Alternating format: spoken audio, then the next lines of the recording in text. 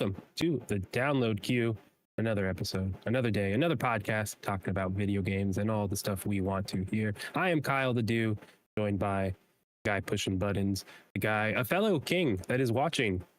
We're both playing that game. Jocko, how are you doing today? A lot of kings. We're watching the kingdoms, watching the hearts within the kingdom, some would say. Doing okay. We're doing good. It's the realization of like summer being over already and it's about to be cold and fall and the year's almost done. It's like that existential crisis, even though it's really not yet. You dread winter? I don't, but I'm like, I went to Menards yesterday, had to get a new ceiling fan. All the Halloween stuff's out. Everyone's hyping up already. I'm like, it's not even September, my guys. Yeah. Enjoy it while you can. That's pretty ridiculous. Yeah, we lost the harvest season. It just goes straight to summer, pools, to Halloween, to Christmas. And Thanksgiving gets a little 1 week post Halloween. It's just there. It's crazy. Yeah.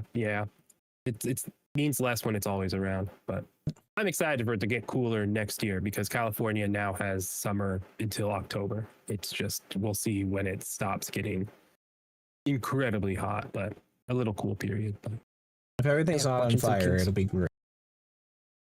Yeah, we'll see. I don't know, man. We're supposed to get that super El Nino, and it's either going to be dry or incredibly wet. So I think we're going to get a lot of rain, and it's going to flood. I think that's going to be my problem this year. This is the year you get washed away into the ocean. You're going to become an island state. Oh. Dude, an island state? That's pretty cool. I'd take it. You ever watch that? It was on ABC TV movie. It was about Earth. It was like 10.5 Earth, and it was just a movie about earthquakes. And it was like if a 10.5 struck. Anyways, it ends up with California being an island. I was like, man, that's interesting. I had dreams about that for months. Anytime, man, an earthquake, I was like, this is it. I'm about to drown. I don't let kids watch stuff like that. I haven't seen that, but there was like a couple of them. Like The Rock had one, didn't he? Like similar thing. Yeah, that one's called San Andreas. Yeah, see? Yeah. It was like drives up a times. wave in the bay. Yeah. I saw that mostly on TikTok when I had TikTok. Perfect. No, doing good though. It's good time, good week. I've been spending a lot of time playing Hell Is Us, and that has been pretty much my entire game time. Which is fascinating. I can't wait for you to beat it and us to talk about it because I don't want you to talk about it yet because you haven't really said much to me. I haven't heard much. Oh. Seen very little. You've had some discussions on threads with people about it. Shout out Dan Good Show. But other than that, yeah, I'm kind of have no idea how you feel about it. So I'm excited. I looked at it and I was like, I do not want to play this game right now. So it's on Game Pass. So I know that's why you hopped in. Yeah, it's a commitment. I would imagine, depending on how moving and stuff today goes when we're done, probably Monday, Tuesday, I'd have it done. Because it's divided in 3 acts. Last act is the shortest, and I'm at the last like third of Act 2. So it's just like bam, bam, bam, get out, done. It's nice. Okay. Not what I was expecting from the beta or the demo. Not what I was expecting from the trailers, and it has quickly morphed into something incredibly weird and unique. Is the word I will use. Hell yeah. Yeah, well, I'm looking forward to your full thoughts on that because it's gonna be something else. I don't think I'm gonna beat Octopath Traveler 0 by then, but I'm still working on that. That's a fun time. And man, we haven't played Rebirth. Yesterday was my daughter's birthday. She's turned 3. So we've been doing stuff like that. So we haven't been able to play Final Fantasy Rebirth yet. Again, but we're right like what city? No, not Calm. The like the Junon. We're right at Junon. We just went up above and we're in a cutscene. So it's like, man, what a game. What a Ubisoft type of game. Like an hour behind me. Wow. Okay, we're gonna pass you up. Yeah. No, we really love the world and the story. It's just goofy, and I know Rebirth is a lot of just character development and story inside stuff. So I think it's gonna. We'll see when we get bored of it, but it's just goofy and silly. There's a lot of. So we'll catch you up on that one eventually. But anyways, that's a. How's the Octopath fast? Because like you played the new one, right? You played the mobile one, and now you're back in the first one. Technically. No, I'm on zero. I'm Zero playing is the mobile Octopath. one. Don't play. Yeah, you're saying the mobile one like derogatory. That's like, don't be weird. Like you're doing a hard D on derogatory or on. Wait, no, you're doing a hard M on mobile. Mobile. No. It's a very, very good game. I really like the story. I like that you are a protagonist in the game, and then you are kind of helping people, and then watching their story from that point of view. I played what 4 to 8 hours of the first one on Game Pass when it was there last year, I think. That one you play each character and you follow the story that point of view. I like this change. I think that does a lot for it. And the town building, you get to rebuild Wishvale. I think that is a very good balance to the Octopath gameplay and formula of the story into the combat, walking around, having random encounters happen. Those help you level you up. You get to the story, they give you some dialogue, you fight, and then you go back, walk around the overworld, random encounters, and mission. That's the flow, right? Like being able to stop, gather resources, and then go back and build your town, put them in homes, farm, and do that stuff. It really helps the flow. So I'm really excited. The story is pretty solid so far. I think I saw a lot of people get to the end of it and be like, "Whoa, the ending makes it like real worth it." So that's what I'm like really looking forward to. We'll see where that goes, but I'm really happy I picked this up. I was looking at it last year, didn't pick it up at that point, but well worth it. Such a great Switch game too, with the type of gameplay it is, just kind of basic, and then you can watch a little show, which is really nice. It's something now I feel like I would appreciate a lot more, because I picked up original Octopath and what was the other one? Bravely Default, when they were on 3DS, I believe. Like, I picked up both of them, played the demo, whatever, tried them out, but they never stuck back then. But I wasn't using my 3DS a ton either, so maybe nowadays it would do something for me. Yeah, I'm pretty sure the demo is still up. Square Enix does that where they put the demo out and the progress carries over. So if you wanted to get your hands on it and get a little bit of, I think you would get a little bit of the village stuff. But other than that, it's Octopath, but really good. Looking forward. Yeah, I'm like legit into the story of it. So it's like reading. It's like a nice little book at the end of the night. So King is Watching is really hurting my Octopath time, because I look at it and I'm like, all right, do I play and pay attention to Octopath a little more, or do I just put on a podcast, put on an album, and just play King is Watching and zone out while managing some people? So it's real bad. King is Watching is real fun. Like, King is Watching, it's been to a point where like we lay down at 10 and I'm not falling asleep till like 1 a.m. now. So we got one of those like Kindle holder things. So you could like put the arm over the bed. So I pop the switch up in that and just lay down. I'm like, this is not good. Not a good time. Having a good time, but for the mental. That's awesome, but also, not a good idea. Oh, that's funny. Let's do one run, 4 runs later. Yeah, well, then you do one run and you're like, oh, I got my upgrade that I need for this next run. Exactly. It's a good roguelite. Roguelites are fun. All right. Anyways, let's kind of a little update on what we've been playing. But let's talk about a game that I think you're gonna be hopping into day one, but maybe not. Maybe I'm wrong about that. But I'm more intrigued now. Disney hosted their D23 panel event or entertainment showcase yesterday. We got a bunch of trailers, Doomsday trailer. How are you into the Marvel? Where are you at with Marvel right now? They're fine. You talked. Okay, yeah. I'm in the fatigue of, will I be there opening weekend? Yeah, because I go to the movies all the time. But like, the quality's obviously gone down. It's more of the same across the board. Very rarely now I'm walking away from them being like, that was worth it and worth the wait and hype and excitement. New Spider-Man did it. Fantastic Four could have done without. A lot of the TV shows I've dropped off completely and I'm so far behind. So it's just too much. I hope Doomsday is good, but I'm not chomping at the bit like I was for Infinity War. Yeah. Hard to not be in that similar spot. I think I'm a little not as negative viewing of it, but I haven't gone to see one in theaters in a while. And I just watch people talk about it, and I'm like, yeah, and then I watch it later. So that's also having a daughter and that stuff. But yeah, really intrigued with Doomsday. I think it was a fine trailer and that stuff. But let's talk the surprise. They announced a Coco 2. That's what we're here to talk about. Hey.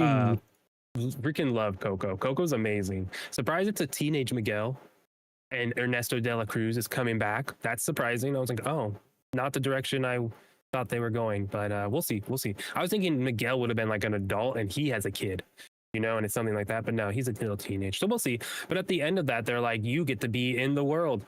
And they play a trailer and it turns out to be the Kingdom Hearts 4 trailer. And the video I saw of it, the caption was like, how many people in here were super confused on what Kingdom Hearts 4 is? And I was like, yeah, I bet that big crowd, not everyone knew. The Disney 23 crowd, not everyone knows what Kingdom Hearts 4 is. I was like, oh, Coco 2, what is this? A Coco game? Oh, Sora, Sigurd, I think that's what the name was said. Anyways, fun trailer. Coco is in Kingdom Hearts 4, beautiful world. We get a date late 2027 for Kingdom Hearts 4. There's going to be more Disney worlds. This is the one we saw so far. First one. Star Wars is rumored. First one. Star Wars, heavily rumored, most likely. I mean, come on. What does this do for you? You've played these games. Played, loved, will eventually have tattoo on the leg. It's going on there. One of my whoa. I did not favorite series on that's PS2. Where you were at. Maxed out. I have my original Kingdom Hearts 2 PS2 memory card, maxed out 999 hour save file. Like, my jam. But for the fan base of Kingdom Hearts, that means jack shit. Because there's so much I haven't touched and don't understand because I don't play mobile games.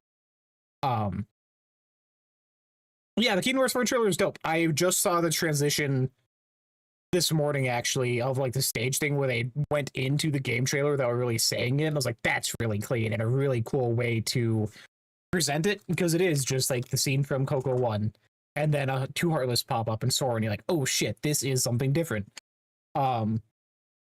Looks good. Coco is not surprising to me at all. I feel for 4 it'll be a lot of new Disney worlds. 3 kind of dabbled with that. They had Big Hero 6 in there. Frozen was in there, was the worst one. So I could easily see like Moana being thrown in. Could see new stuff across the board. We got Hades, so Hercules is going to be in there. It needs to be in there for plot lines. Yeah, for a trailer, I am excited. It's the third one we've gotten now for 4, and the second in a short window, so we're definitely ramping up production. I would expect another at Gamescom, honestly. I would expect another at Game Awards as they start slowly piecemealing out worlds. 2027. You think that much so quick? Yeah. Because it's late 2027. They got time. You got 8-9 worlds in this thing. Do a new trailer with a new world, kind of how they did with 3. That thing was popping up at Xbox Showcase, E3, popping up at D23. Like, they piecemealed out the worlds. That's fair enough. And Disney, to put this, to showcase this trailer, how they did clearly believe in this property, like enough, which is wild, because there was a long window where they refused to acknowledge its existence. Yeah, and then Square Enix just kept going with it, and they're like, "Look at the money, man! Look at the money." They're like, "Hey, we took out the Final Fantasy parts. It's all Disney now." That's what we want, though, man. It is what we want. It's what sells. A Kingdom Keepers Disney game. If you know what that is. I'm not going to explain it anymore, but that's what we want. Great book. It's interesting. With the trailer, as you were mentioning, if I'm getting it day one, does have slight concerns about the future of the series, about where the story is going.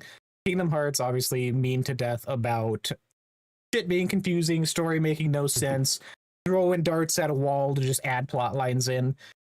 With the direction at the end of 3 and where 4 is going, is relying almost entirely on the mobile phone games that A, not a lot of people played, B, one of them got canceled before it was even released and is still being included in story stuff, and C is years in the past to a point where none of the characters really interact with the current ones, but now they are. So I feel like with 4, it's going to have a really hard task of not only keeping gameplay fresh and keeping the style fresh, but keeping players' attention and being able to introduce this where it doesn't become the embodiment of not understanding what's going on. A lot of the characters at the end, I could not tell you a single one who those are. We'll talk about it in a little bit. But the Kingdom Hearts animated series they announced, the poster for that is a character from the mobile game that I have not ever heard of or seen once in my life. Like, it's spread so thin now that your knowledge of this to probably find the most enjoyment is incredibly wide and thin at the same time. Like, I'm just worried about how they're going to be able to present all the story beats, have moments hit the way they want, have the knowledge be brought to new players coming in or who have only stuck with the mainline games.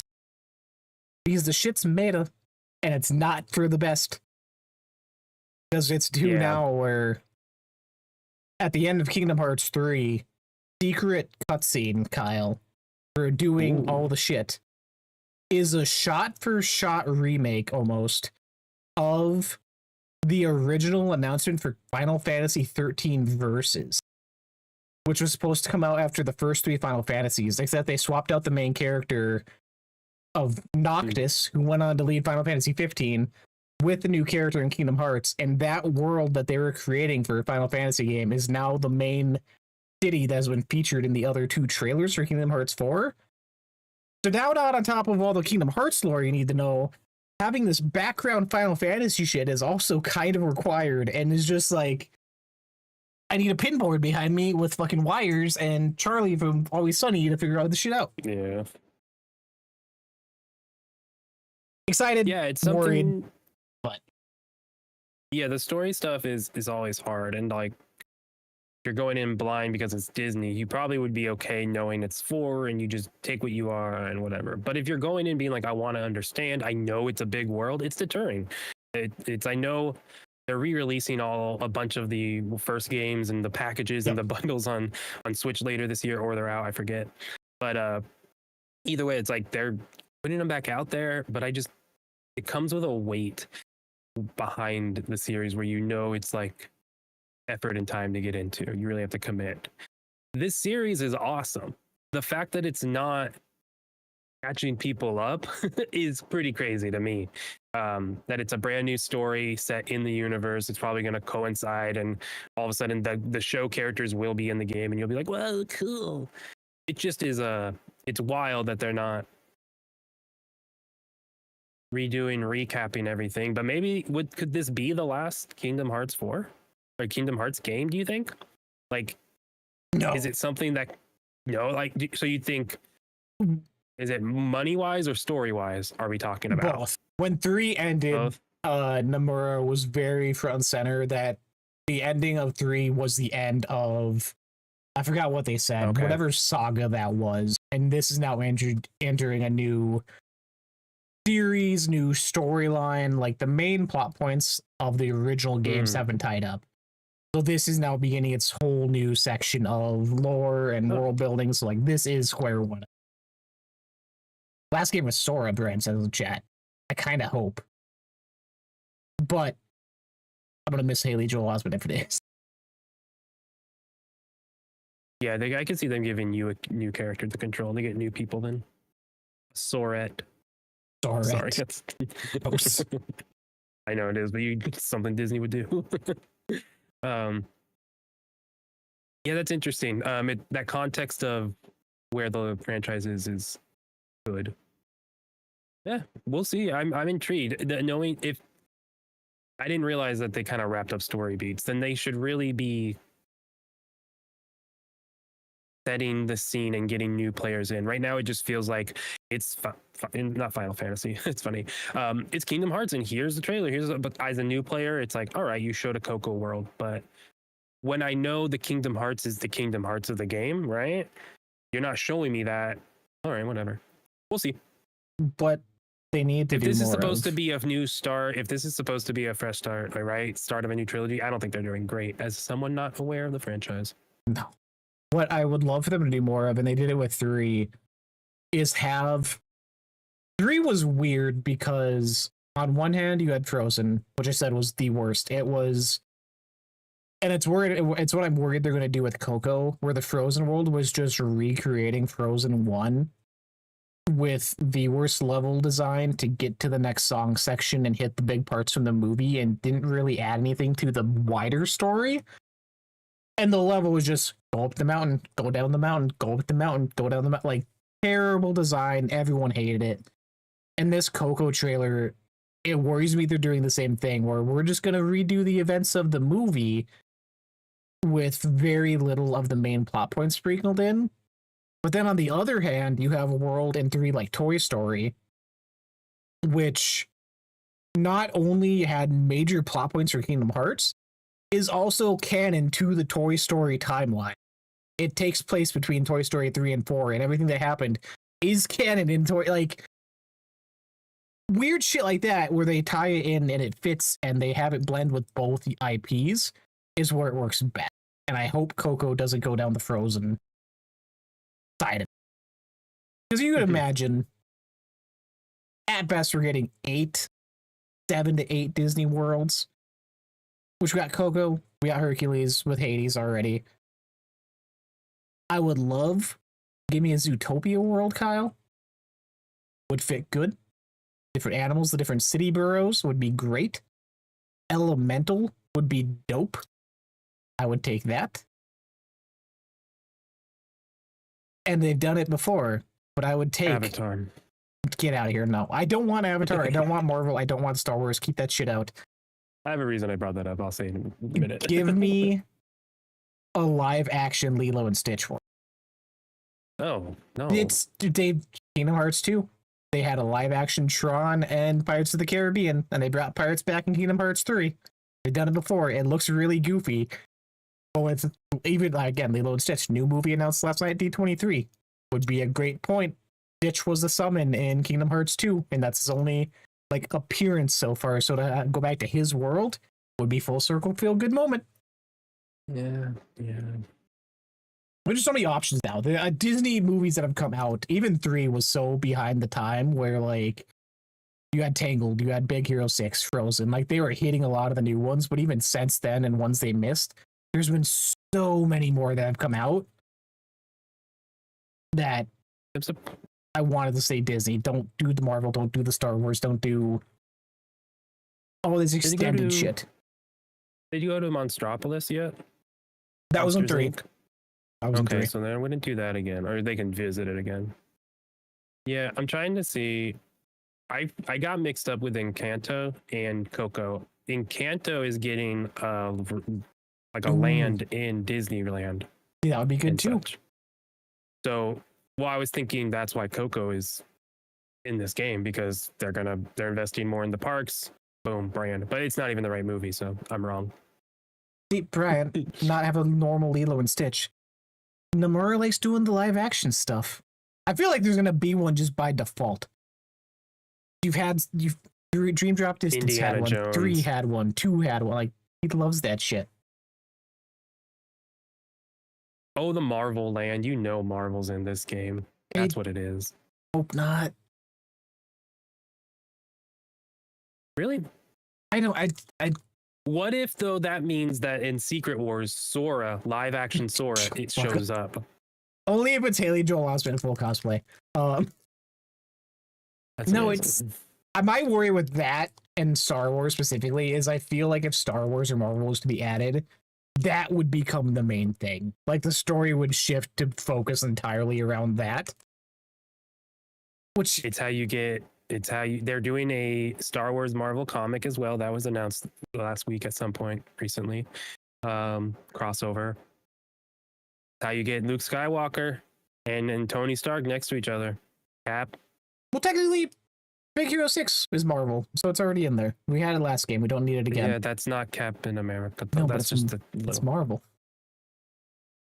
You know, it was going to come down to whatever properties and such they want in Kingdom Hearts and whatever properties and such they want for their Fortnite Disney experience they're doing. They're not going to have too much crossover with that. So Yeah. So whatever worlds they're doing with that, whatever they're doing, we'll that's going to kind of dictate, I think, because that's. I am surprised that D23 doesn't have that type of announcement. I would have expected. I don't know if they're doing a game specific showcase later. They've kind of talked about their games already, I think.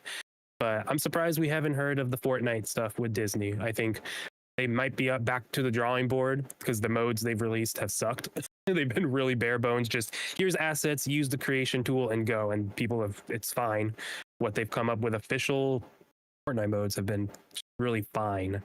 But yeah, we'll see. I'm surprised we haven't got that. I could see teases of it tonight. At the time of recording, there is Kingdom Hearts 3 or Kingdom Hearts is doing a deep dive, I think by 4:30 Pacific Standard Time, with Haley Joel Osment's on there, Renee Johnson, David Gallagher, Nomura's there, and reading the press release about it, I was right. It's mostly behind the scenes making of the games and stuff. But the next season of Fortnite that is out on Thursday next week, if I'm correct, I believe the 20th. Yes, that Kingdom Hearts is pretty much a gaming legends theme, where there's been Kingdom Hearts assets already found for Rocket League cars, Sonic, Persona, everything and anything is possible. But Sora supposedly is like the final tier Battle Pass skin. So I can see them mentioning something about that tonight or dropping a teaser or trailer for that during the panel. So we'll see. It makes sense, yeah. I'm hopeful. I'm excited. The last collector's edition I bought was Kingdom Hearts 3. The next one I'll buy will probably be Kingdom Hearts 4. I got my figures to my left, Sora, Donald, Goofy in their Toy Story form in-box Play Arts figures from the Square Enix store, which if you buy that shit, you know is crazy expensive, but good quality. I have no hope in late 2027. To me, that means early 2028. We'll see. I hope to be proven wrong. I don't know, man. Square Enix has been really solid, so I give it that. I give it to them. How many times have they been delaying games? I rest my case. Rest the case. It's crazy. It's crazy to think I remember playing Kingdom Hearts on a GameCube in a McDonald's play place. Very young. And then I grew up. We lived not far, but not close to Disneyland, but close enough to get passes and go quite frequently. So I grew up at Disneyland a lot. And it's just crazy that I never played those games and got into them, because that whole idea of Disney merging, just being in a Disney world that isn't cookie cutter, here's a movie plot, right? It's like, man, what a cool freaking thing, but it just missed me, But, do you have with the that's child? why they took the GameCubes out. They didn't get people to buy the games in those McDonald's play places. Do you have any interest in the series now? Like with 4, and I asked them because 4, like, people on my timeline has been, it's finally time to hop in the series because of Coco and stuff. Like, you daughters that age for young Disney movies, like, that appeal to it too. 100%. I've always looked at it and been interested, but I don't know. It just, you can't start at the beginning. It's kind of weird and all over the place. They're kind of obtuse too, right? It's like that type of gameplay is something else at times. But since then, I've played a lot of different games since I've last tried it. So I probably would be fine playing it. I probably would understand the systems a lot more quicker. And yeah, I think running through those worlds with my daughter watching would be a lot of fun. So I'm very intrigued in the 4th one. I was thinking of looking back at the 3rd and playing that, but you made me be like, oh, I think I just wait and go in fresh. And I think that's how they're making this game, to grab new people. So I think it's not the worst thing for me to go in with that way. But man, if they remade the story, here's a trilogy package of just 1, 2, 3, and it has all the 0.5 remix, the 2, whatever. It has all that included. We streamline, condense. We Final Fantasy VII remaked it to a degree. Fuck yeah, I would hop in right away. But that's pretty much what the new collection's going to be. Because it's the previous 3 collections and fancy, right? Well, it's that, but they do it where, so you get like the main games, 1, 2, Chain of Memories, Birth by Sleep are like the main ones. And then the 3DS one, plus 3 is in there. And then all the mobile games like 358 over 2 days, Recoded, Back Cover, which was like the phone one. All those, they have them like condensed as a movie essentially. Or just like the cutscenes tied together to give you the full story without playing them. So you can play 1, 2, 3, which is what I would do. I wouldn't recommend the side ones as much as people love Birth by Sleep, but like you'd be able to play the 3, and then if it could like catches you, the side stuff is there to watch if you want. Yeah, I don't know, man. If someone wants to buy me that, I'll play. I'll buy for you. If Square wants to give me a code and review them as a new player, I will. Merry I Christmas. don't know if I'm choosing that on my own. No, don't do that to me. Hold on. No, wait, hold on. It has to be a specific person. You can give stuff on Xbox. No, stop. Don't do this to me. Yeah. Well, we'll see. Yeah. I'm getting more back into Disney stuff. Can't believe Frozen level sucks because damn, am I excited for a Frozen 3. Man, Frozen 2 rips. That's like my daughter loves it. We just bought her some Frozen dolls. Anna Elsa sings the songs with them. She performs it. It's adorable, but also the music rips. So man, I'm down for a Frozen 3. See how that is. I don't even think they cared about the Frozen world. There was It makes sense though. At the time, it was big property. Throw this in. This is going to make money. It's going to get people into the game. Just retell the story. It's an iconic story. And now people are like, they threw that bitch in. They threw it in to a point that like one of the main cutscenes had a water trademark from the site they got the video from the movie, like still in the game for a couple frames that they had to edit out. So yeah, they threw it in. Hell yeah, it did. Yeah, this feels like 4 feels a little more intentional. I don't know what you would throw in last minute. Nothing Disney has done. You're taking The Rock out last minute. If live action Moana's in there, you took him out because that did not perform well. The Rock sells. I'm telling you, man, the climax of 4 is gonna have Sora next to live action Rock. The only one, Roger Rabbit style. What I'd want for him to throw in last minute, and it's probably not going to happen because it's really last minute, but give me a Hopper's World. Because that movie was so goddamn good. In tears. Such a good movie. Oh. Haven't seen it. We're due to get a month of Disney Plus soon. We've been months off. So perfect. Once I think we're waiting. Once it's like, forget what we're waiting for now, but we'll get it at some point before the end of the year and want to binge. Put Hopper's on the list. Very worth it. Yeah. Right now we're watching Doctor Who. We just said goodbye to the 9th Doctor last night. They just said goodbye to the series. This show is gonna kill my wife. It's gonna be great. It's gonna be funny. She just is in love with it. It's so emotional. I love it. Yeah, it keeps wanting me to start. I'm like, let me get through Supernatural first because I'm not ready to sit down through Doctor Who. No, do both. You gotta alternate. I don't got time. Do a season of Supernatural, season of Doctor, and then throw in Sherlock when you're feeling fun. Get we're that like full era of television. I think we're like an episode or 2 away from season 3 of Supernatural. Like slowly working through. That one, I mean, that's a 24 episode style show. That's years. It's good. God, I miss TV like that. Anyway, so yeah, we'll see Kingdom Hearts.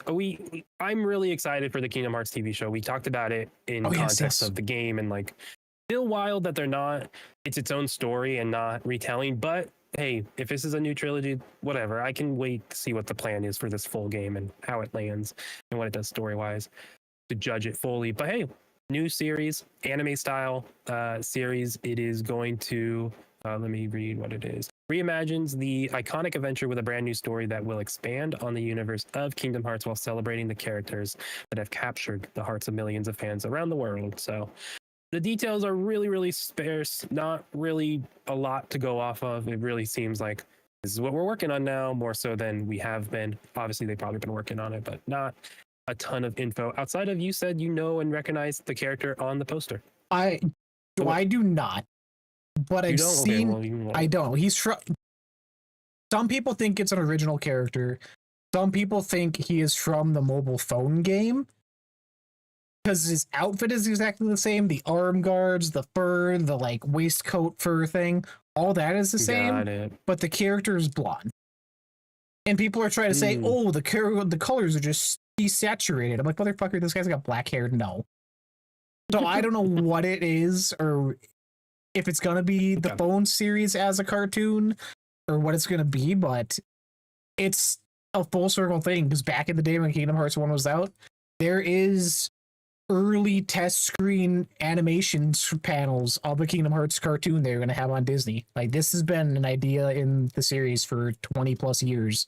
So to see it finally happen, it's very exciting to see what it turns out to be and how it's connected with the game. Yeah. Yeah, they're working closely with Tetsuya Nomura. So you got the DNA in there. You got someone in the room who knows what it is. Yeah, Brian, that's a good point, Brian. I just want to know if Square is handling the animation, knowing what the animation style. Yeah, what are they going with? I know it's this anime style, but yeah, is it Square doing it? Is it going to be based off the games heavy? Are they going to get an animation studio, like a big, not Studio Ghibli, but someone recognizable? I don't know enough animation studios like that, but give it to them and say this is their series. Yeah, really interesting. A lot of fun stuff. Imagine if this is what we wanted from like the Zelda series, like a animated art piece type thing. I'm trying to find, I thought I saw something where they said who was. Where it said that. Yeah, I'm on Variety and I didn't see anything on that, but again, yeah, it just feels very, very nerdy. Oh no, okay. And what I saw earlier was the animation studio doing the Oswald cartoon is what I saw. Not this. Oh yeah, I did see Oswald. That's fun. A lot of good stuff. Again, I'm excited for the panel tonight. I will be watching it in the background. It is the YouTube video for it. I'm assuming an hour of it's going to be a countdown and stuff. But the YouTube video for the panel tonight is set for 3 hours currently, which is insane. And it was also hosted as of yesterday by Cleo Thomas, who played Zero in Holes and is also a massive Kingdom Hearts fan and does a bunch of TikToks with Keyblades and shit. So I'm like, good for you.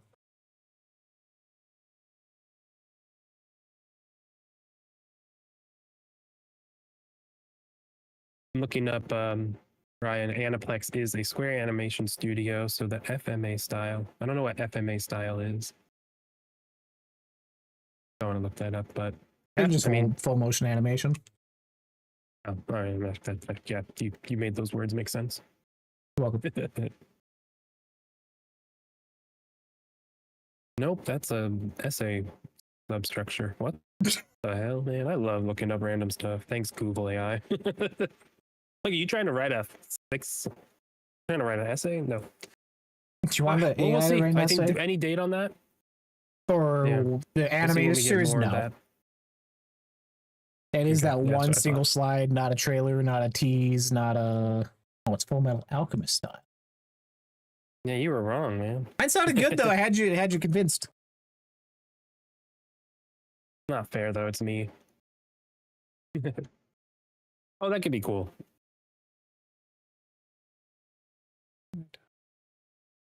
Yeah, reimagines iconic adventure with a brand new story. Which sounds like complete bullshit, because it's going to be something wild with these other characters that's going to be integral to the main games. And it's going to add more to the issue. Yeah, that's why it feels like it's newer. Or it's the bridge between 4 and 5. Which 5's got like 7 years. They push this shit out slow as hell. Maybe they're not trying to do that. Oh, you know what I just thought though? What this also means, this whole episode is just Kingdom Hearts now, I'm sorry. Nomura 2027 is now both Final Fantasy VII Revival, whatever the fuck it is, and now Kingdom Hearts 3, doing both in the same year. Exactly. That's a big year. It's a big year for Nomura. He's both? Yeah, he was original, I'm pretty sure. He was original. He did Final Fantasy VII Advent Children back in the day, too. Yeah, Final Fantasy VII. Director of the project, character designer, and concept designer for the remake trilogy. Yeah. Cool. And yeah, also Double character duty. design, story, and concept design for 4.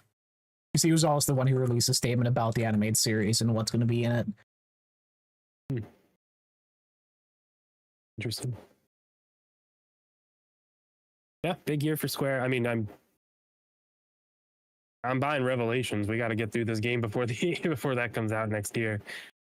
That's going to be fun. That's going to be crazy. I'm excited to be fully part of it too. So are you worried about getting burnt out on it? Doing them all back to back? Hell yeah, man. In a year and a half, we'll have played Final Fantasy VII Remake, Rebirth, and Revelations. That's fucking crazy, man.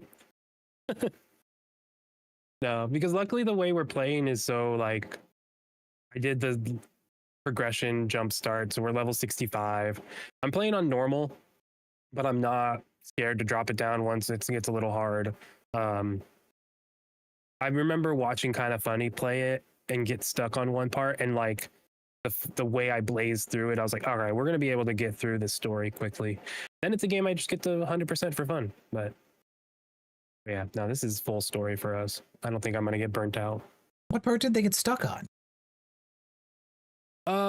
In June, what specifically is in Junon, right when you first meet Yuffie? I just remember Mike getting stuck and just dying over and over. That was me. Like, yeah, that's fair. Yeah, that's no, when my rage was started. super easy. I was like, oh shit, I'm leveled up. That early I mean, so intrigued also what they do, because like in hindsight they're like, oh yeah, let's make the game easier to beat. Sorry it took too long. What do they do with the third one? Is it they add that from the beginning? They fix the progression from the beginning? Like, so many questions on it. I mean, you would hope, because it seems more open world, right? Because they have like jumping out of the ship and stuff, like yeah, Fortnite and Sky. Which we just saw the ship in Rebirth for the first time. I was like, oh my god, there it is. You spend this whole Rebirth not flying it, and then they say you now fly it. I'd lose my shit after playing Rebirth. Yeah, see, I'm so excited. It's a fun world. See, that Kingdom Hearts 3 would be such a good starting point for you, because it's the same combat style almost. Like with the little bar in the bottom left and your different attack and spells and all that. Like that was a Kingdom Hearts thing originally. It's just not as convoluted, because you're not also managing 4 or 5 other people and 2 people in your party at any time. Like they're just auto, and you can go in and set like behind the scenes how you want them to act. But that's cool. Okay. Yeah, no, I played a little bit of 3, so it's not foreign. I just, when you don't know the story either, you're like, what the hell? I don't know. What is Hercules doing here? Yeah, we'll see. Anyways, fun ramblings. You want to do some of those tier lists? Yeah, we can knock them out. We don't have to do the whole thing. I got do a time. Looks like here.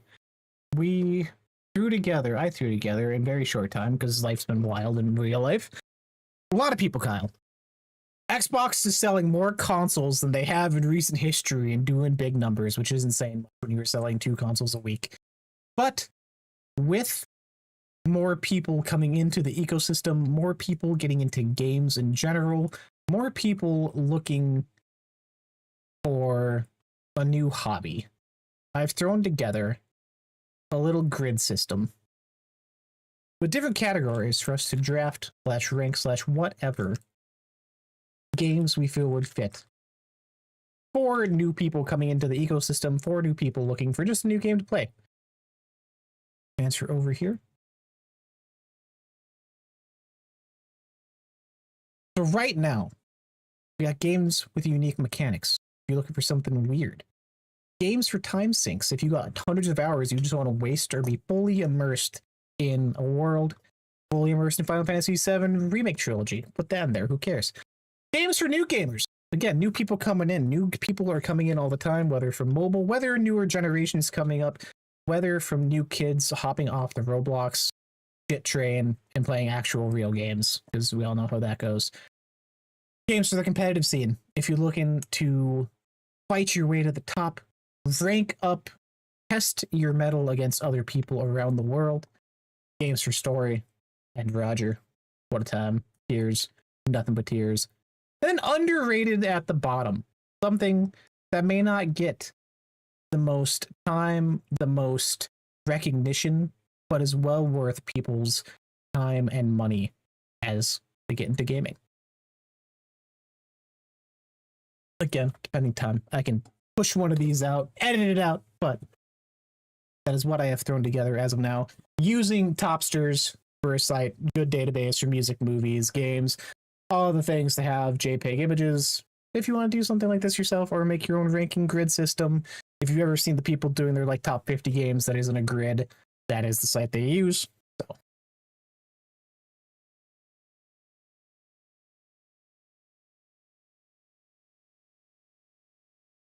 Reset stuff on mine. Sorry, Steam popped up and it made my computer wild, so bad timing. Damn it, Steam. Yeah, no, this is a good list. I think a good discussion on all these. So I don't think we need to go top down. I think that's silly, but I think you just go wherever you want. Exactly. Yeah. I want to hear a game from you first. Game for me. I did a couple last night when I was making this. It was like 2 a.m. Yes. First one, which may not be too surprising if you stuck with me for a while, but I want to go story.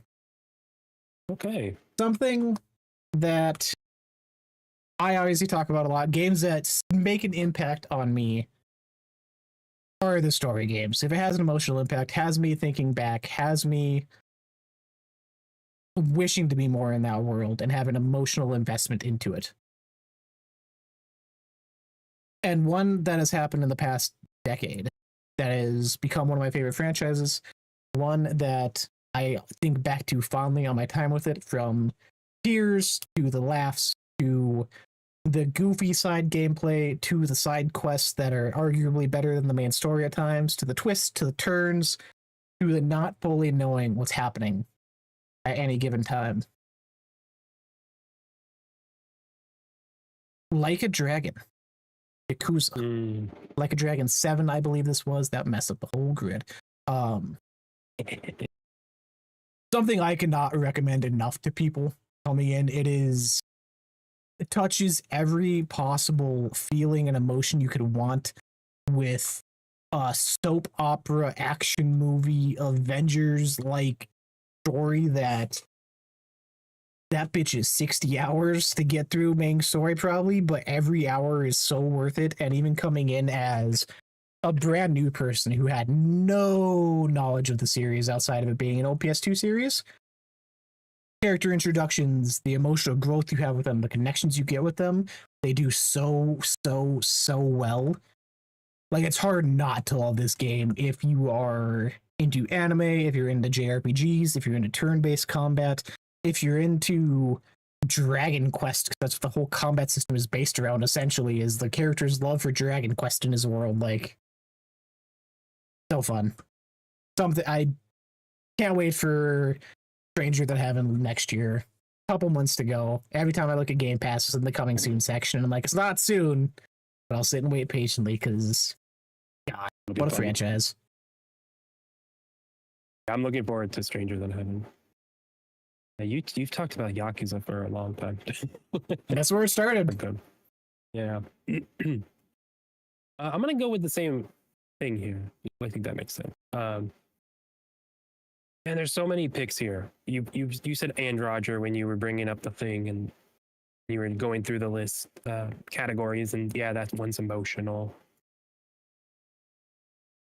I think what I want to go with though is one that I think is a good jumping off point too. And I'm also watching someone do a full playthrough of this, whether they tell us it's a full playthrough or not. But games for emotional story. I'm gonna go with Red Dead Redemption 2. Oh, I've been rewatching one Andy Cortez play it, and I just can't stop watching it because that game is so freaking good.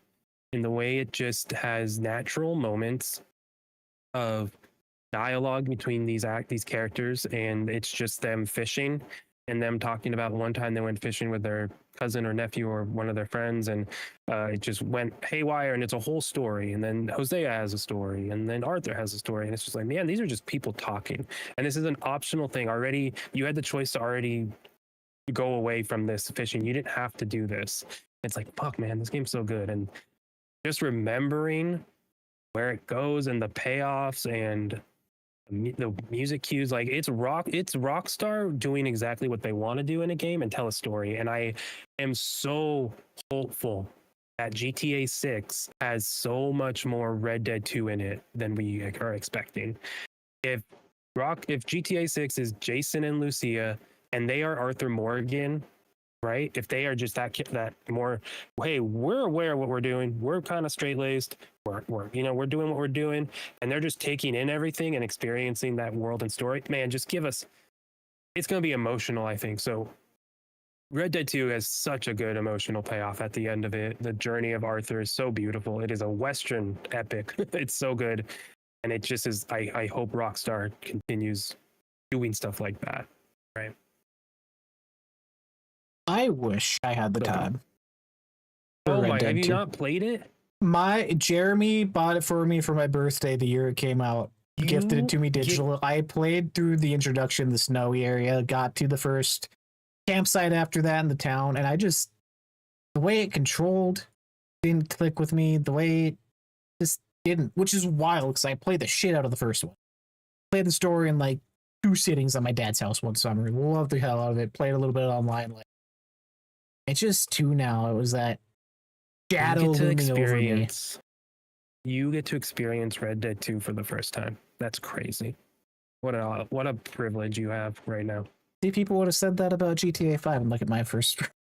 That too, man. You're playing a unique way of it, and you're taking forever to go through it. You're playing on 360. But Red Dead 2 is significantly better than GTA 5 story-wise. GTA 5 is just fun because you get to drive a car, hop out, shoot people, and then reset and go, all right, I'll go do the mission now. Red Dead ain't like that fully. You can play it that way, but my gosh. Oh my God. One day. I booted up on PC the last week and put some mods on and be like, come on, PC, you can try and make it look better. My PC tries. Yeah, that's why Steam just opened up a bit ago and screwed you. It's like, no more. Yeah, I know, right? But yeah, oh wow, great story and hopeful. You want to go again? Yeah, I could go here. Let's go alternate for right now.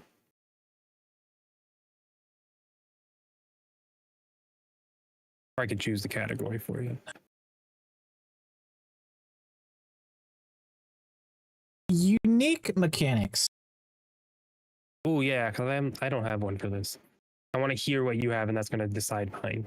Mine could arguably not be here, but for me, it was coming in new to the type of game it is, new to the series. A couple years ago, bought my house, Kyle.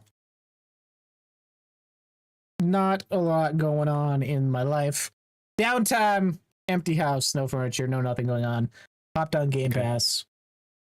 Downloaded something new that I immediately fell in love with the publisher or developer. Very excited for their next game coming out next year that we saw at this past June showcase. The memories I have sitting on my old hardwood floor with a cardboard box coffee table, essentially, for the first weeks of my house, playing, loving, learning, and enjoying Wasteland 3. Jesus Christ, you took forever to get there. I did. It was worth it. Wasteland 3 in Exile. First trek into the Wasteland genre, which arguably, again, isn't unique mechanics, but it's new, and the way they do it is unique, I feel. It is top down. You have your squad of people. You can move out party members. Top down, click person to move where you want, hide behind cover, angle your shots. Each one has their own abilities. Very kind of XCOM, if you've seen that. Midnight Suns, the new Star Wars game coming out. That sort of play style. But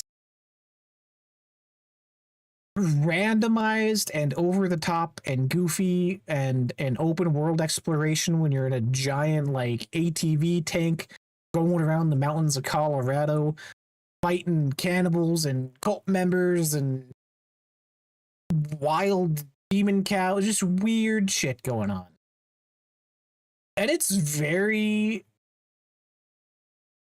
attention grabbing in everything it does. The presentation, the way you are customizing your members, their abilities, their synergies with each other, and you're fighting this giant mech. How are you keeping two people in the back alive while they're sniping? You have one guy doing melee build tank, and how can his melee swings interact with other enemies to line up for your far range people? Like, it's got such a unique depth and understanding that you naturally learn while you put hours in.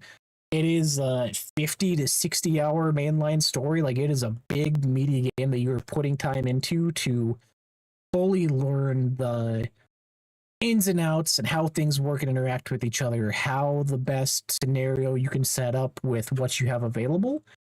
Because it is very challenging where you're not full on resources. You are constantly scavenging for health packs. You are scavenging for scrap to make items and upgrade stuff. It is not forgiving in the way they want you to survive a post-apocalyptic world while being goofier than hell the whole time. I think back to the trailers they had at the E3 showcases before of weird redneck Colorado people running shops on the side of the road selling squirrel meat, like weird stuff. It was such time. Such a fond memory. Would not have predicted that one. Like it. I remember hopping in when it dropped in Game Pass 2 and didn't play much of it.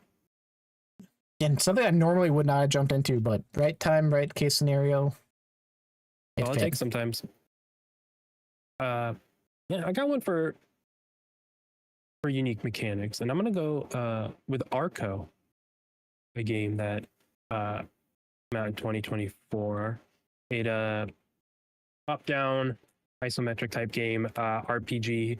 The unique mechanic in it is that it blends this real-time and turn-based combat where every time you move, everything moves. So you're all taking your turns in this turn-based at once. It's similar to think of like if you played or seen Super Hot. Yep. Every time you move, the world progresses. Same idea here, but it's that top-down and it's an RPG. We follow 3 stories over the course of the game. There's consequences, and it's a really solid story as well. But it's the mechanic is unique. I don't see many games doing that. It's kind of like, I mean, it's a different side of the same coin of Expedition 33, adding real-time effects and combat into the turn-based system, right? This is just a different take on it. Instead of it being the timing to hit your moves in Expedition 33, this one is all based on your positioning, right? I got to move out of the way. I see the bullet. There's 3 bullets coming right at me. I got to sidestep out of the way. But guess what? There's 3 more. It gets chaotic, but once it clicks, you're just kind of flowing with it. It's on Switch now as well. I think it'd be a perfect Switch game, but definitely unique mechanics, and not a lot of games do it, but it is overwhelmingly positive reviews and whatnot on it. So very good game. It's still just on PC and Switch, I believe, right? Pretty sure. It came to Switch earlier this year for the first time. So it's physical as well on Switch. So 2005, September 2005, it went Switch and physical. Sorry, last year. Time sinks, Kyle. Time sinks. Oh, I got one if you want me to jump right into it. Go ahead. I'm gonna give you Hades too. Oh. I'm thinking Switch games here. I'm thinking chillin'. It's the time sink because you're doing other stuff. It's a time sink because you're just hanging out, right? I don't want to be. I get time sink. You think like a Destiny or a game that's intense. You got put a lot of effort and time into. But sometimes, man, the real time sinks are the casual, cozy games. And I know Hades 2 isn't a casual, cozy game, but there was a time every night on my Switch I was casual and cozy and playing this nightly, doing 1 to 2 runs before bed and doing way more than I actually should have done and stayed up way too late. But all of a sudden, you're 40, 50, 60 hours in, 100 hours in, and you're deep into the progression of it. So sneaky game that can eat up a lot of your time. But I think the progression and the rewards for putting the time in are really well worth it. And then also you know, I can say Hades and Hades 2, because if you haven't done either of them, man, play Hades 1 for fun, sink some time into that, and then when you're ready, go to Hades 2, and that's like 300 hours of content right there for you to just play. Yeah. That's my quick time sink for you. I'll go the exact opposite of what you just said. What you would imagine time sinks to be. Very obvious. And it came to my mind because I was on the dashboard last night and saw you unlocked an achievement in a game. I was like, Kyle's trying this out again? Why are you traveling to DLC? Why are you traveling to DLC worlds in Skyrim? Oh shit. I was like, yeah.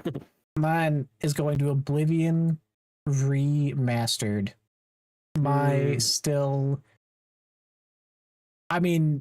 Something I've been putting time into since it released last year, hopping in and out, going through DLC stuff, going through side quest stuff, still having the same fun I had 20 years ago when this came out, with a nice new fancy coat of paint on it. Most of the issues that people have with Skyrim, as big as that game is, to me, Oblivion is the more fleshed out, deeper side story, deeper engagement, skills are better. Just across the board, I like it in almost every aspect. DLC in Shivering Isles is absolute top tier and could have been its own game, which I can't say for any of the Skyrim DLC, where it all feels like it's required to fully enjoy the main story.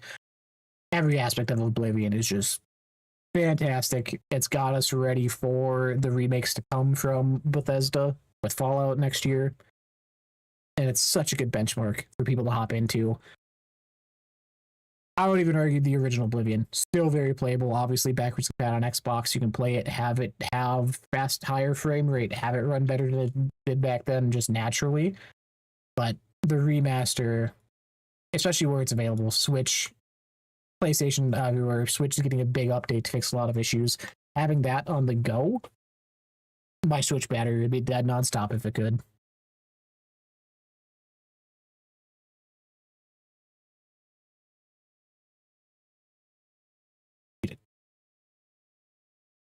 I wanted to be muted. Go to RPGs, that makes sense.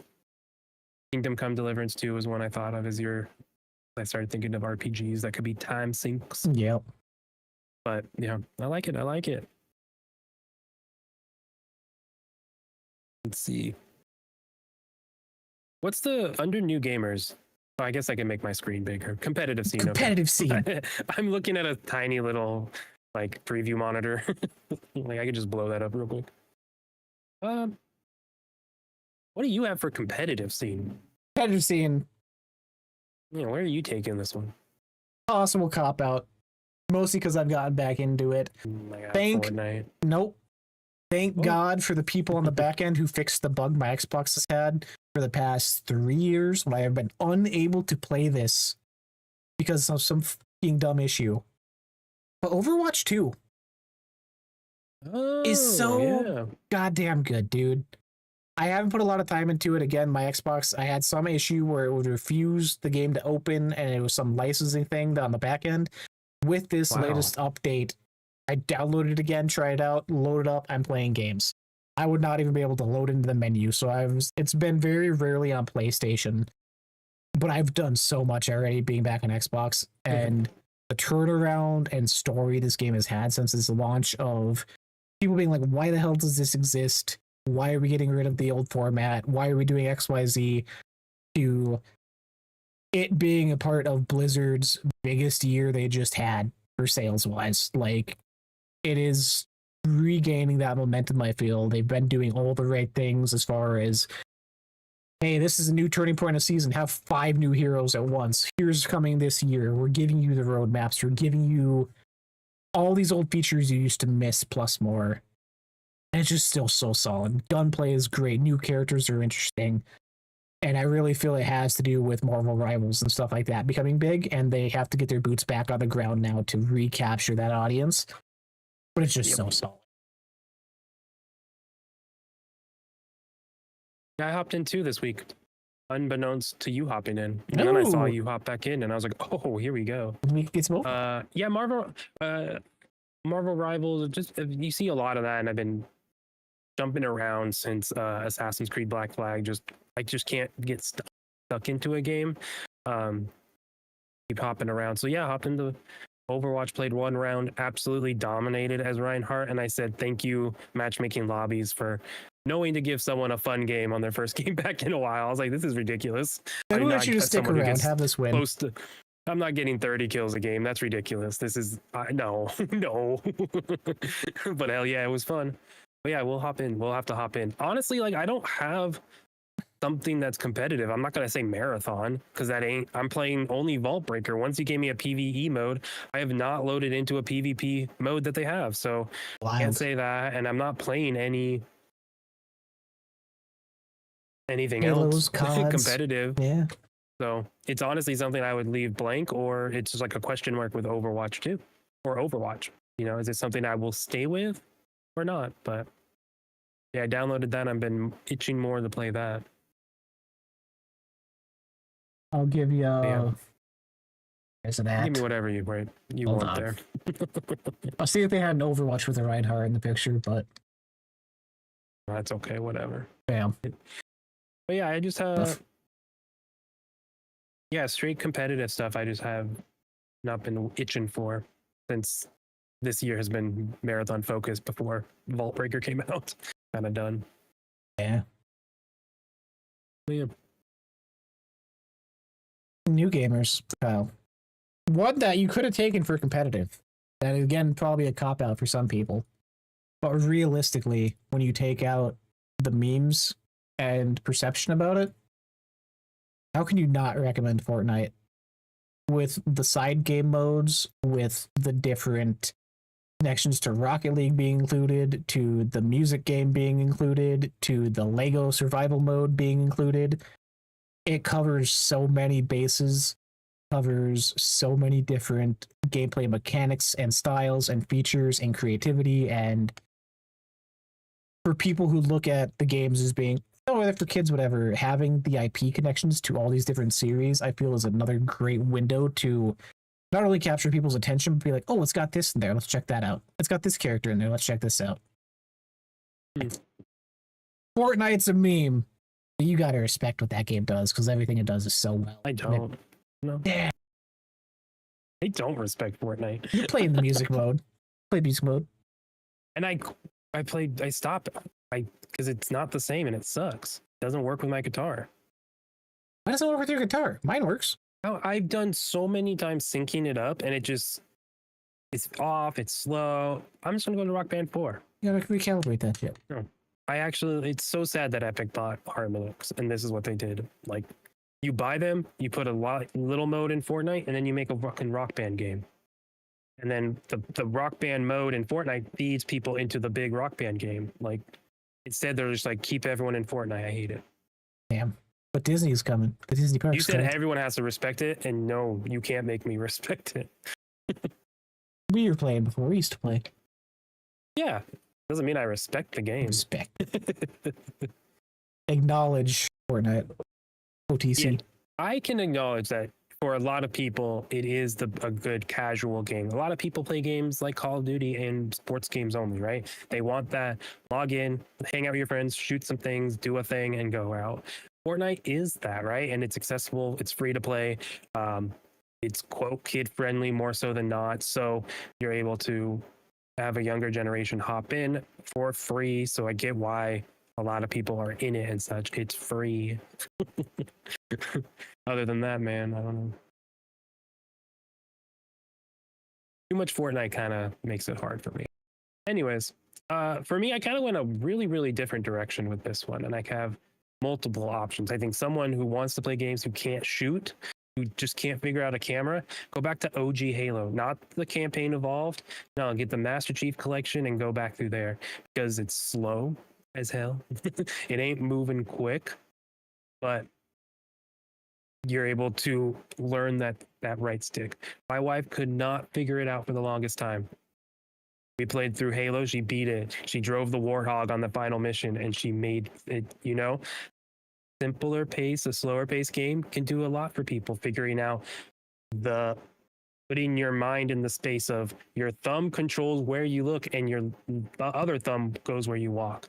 We forget that people just don't know that when we've been playing games for a long time. But also for new gamers, I think having something very, very simple and more straightforward, especially if they're younger, could be good. So my official game for this one is Kabuto Park.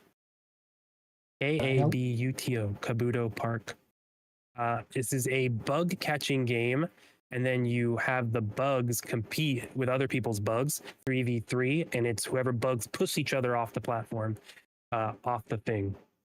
I played through this with my daughter, and she just loved looking at the bugs. But when you have to catch the bugs, a little bar meter goes by, like a Madden kicking meter, where you have to hit the green bar and boom, you catch the bug. I was able to watch my 2.5-year-old, almost 3-year-old when we played this. I was able to watch her figure out when to press the button and when it didn't work, and her and problem solve that. Teaching someone timing and anticipation and when, and the coordination and the cause and effect of, oh, I push this, that thing happens. Very, very simple, very straightforward, but it also teaches mechanic where the bugs have stats. It also has all the info about the bugs, so there's like a real life learning element to it as well. But the bugs all have stats, defense, power, block, or push, defense, and power, or whatever, health. The ability to push forward, the ability to stop a push, of special attack. Some, it would weaken, some would strengthen your bug, some would pause the field. Some, just all of a sudden you're doing a card battler, which is really cool. And it's very simple, very straightforward, lays everything out. So I think little cute games like that that approached both for a lower age group and a higher at the same time, and that middle ground can do a lot. It's a lot of Nintendo games as well. They make, a lot of games don't do certain things because they have to appeal for more people than just you. But yeah, I think a simple game like that, really fun for someone who has no interest in games, because it's like, it's Call of Duty, right? Well, no, they could be a bug catching game. Like Pokemon. But Pokemon's not that either. That's a game. Well, let me tell you, Kyle. If you want more games like this, there's a good mini game in Yakuza 1.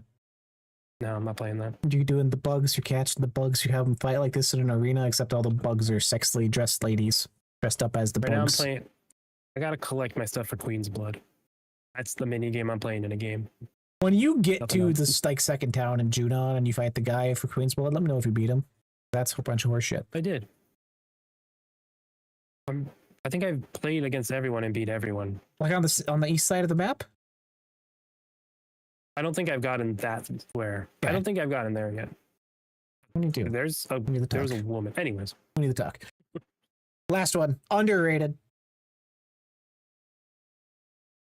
So fucking obvious for me this year, my guy. How can we not even... 20-hour DLC just dropped. Best gameplay, best accessibility, best story, alters.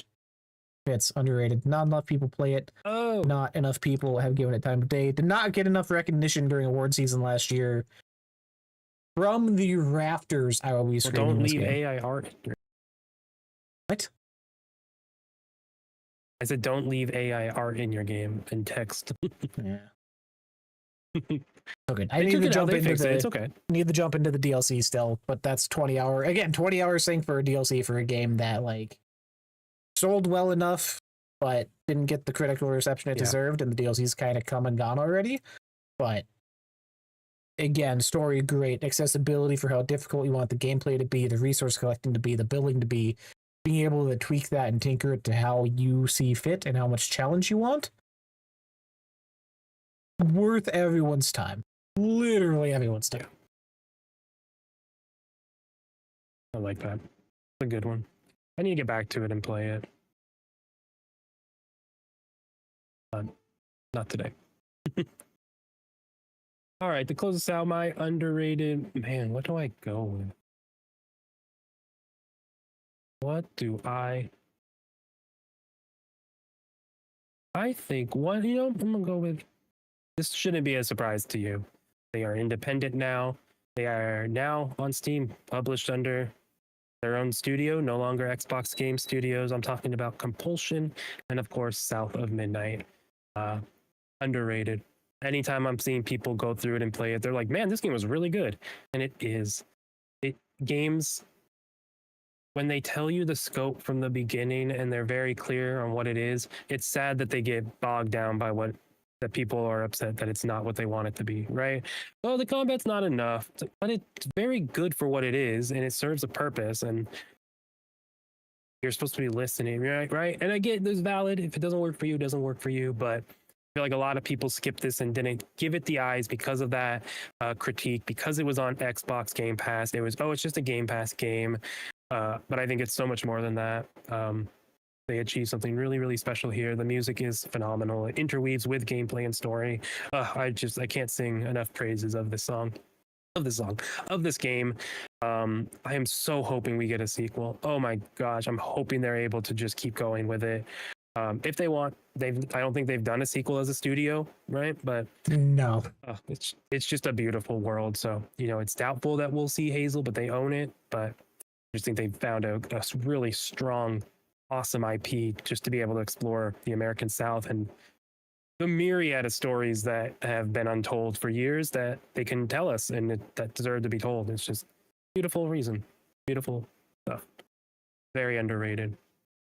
Almost was my new gamers, because I think it can show you what games can be and the combat's simple enough too, and you can adjust the difficulty, I believe, a little bit. Nothing drastic, but I might merge in games there. But yeah, that's my underrated game. And dude, what a list of games right here. Not surprised competitive is the same. That was the one I was like, we'll see how different we are here. But yeah, really, really good list, I think. There's literally so much. I mean, obviously you could put in any of these family games. I was going back to you throw a Spyro or Crash in there, the collections, go back old school stuff like that. It's just so much for everyone. I want to comment for you fast. Go for it. Your Kabuto Park game. Yeah. Keep that studio in mind and check out their new thing, Milky Delivery. I played it at the Mix. I was able to go hands-on briefly with it. And, okay, cool.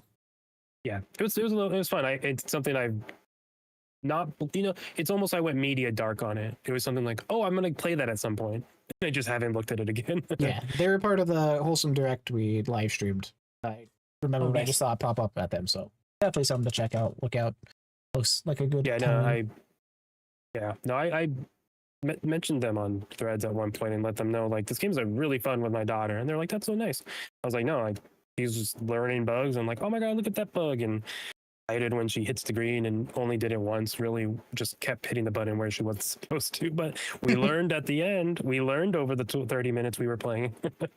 So it's very fun. Yeah. If you're watching this on YouTube, let us know your list. What you disagree with, what you would put in place of any of our options. Voodoo Park is $3 right now. If you wanted to buy it on Steam, it's $5 normally. Yeah, $5. And it's on Game Pass, but very, very simple game. Very nice. Cute, tiny publisher. There you go. That's what we're all about, helping you find what could be your next favorite game. Highlighting the little guys when there's so much other shovelware being pushed down our throats. Wow. This is a good Kingdom Hearts centric episode. Good list at the end. You got anything going on in the next week? About? No. Man, I'm in a gaming rut. Yeah, it's just hopping around, can't stick with something. Keep going back to King of is watching, but that's not. I'm not trying to beat that one fully.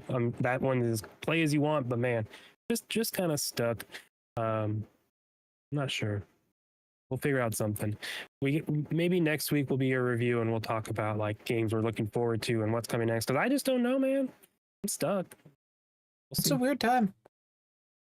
It's not, but I've seen that same sentiment online too. Even people Wolverine reviews dropped and everyone's kind of just across the board. Everyone's kind of PlayStation 5, so yeah, but I'm biased. But all those, a lot of the reviews were what it looked like to me. It was just more of the same, and they're not gonna be able to show you the big shit that's really really cool if it's in the game.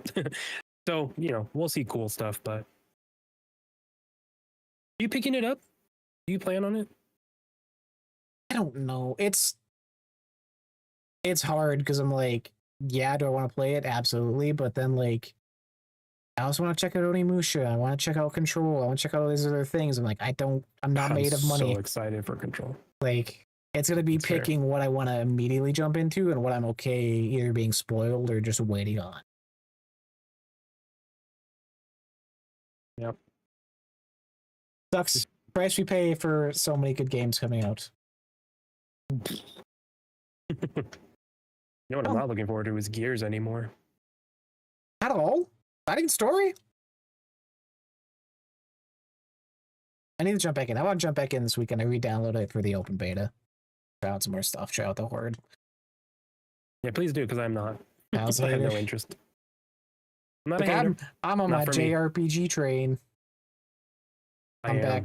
I'm back next week with the Naruto headband on. I think I'm. No, wouldn't go that far. I don't think I've ever seen it. I'd closer wear a One Piece hat. Don't do that. My Anna will fight me. What? Hates Oh, that I shit. don't want to know. Okay. Strong. Haven't heard someone say that about One Piece, but yeah. Yeah, big no. She's like, don't even start watching it because she's trying to get me into like, what's Demon Slayer.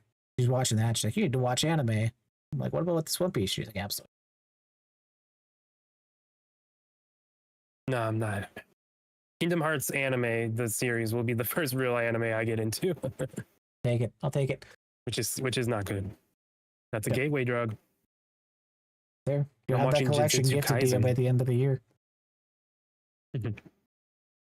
Till next time. Anyways, what Same a time. rambling ending. Same time, same place, twitch.tv/downloadq. This episode will be posted probably tomorrow because I got a lot of shit going on tonight on all major streaming platforms, Amazon Music, Apple Podcasts, YouTube, Spotify, all the places. Drop us a like, follow, comment, share. A lot of fun stuff in the works to look forward to in the months ahead from us. Max West? PAX West, Kyle, maybe? Press? Who knows? If Tell that. you did that, please let me know. Tell I'll them. explain next week when I get more info. Yeah, next week. Same time. Happy gaming. Be good to each other.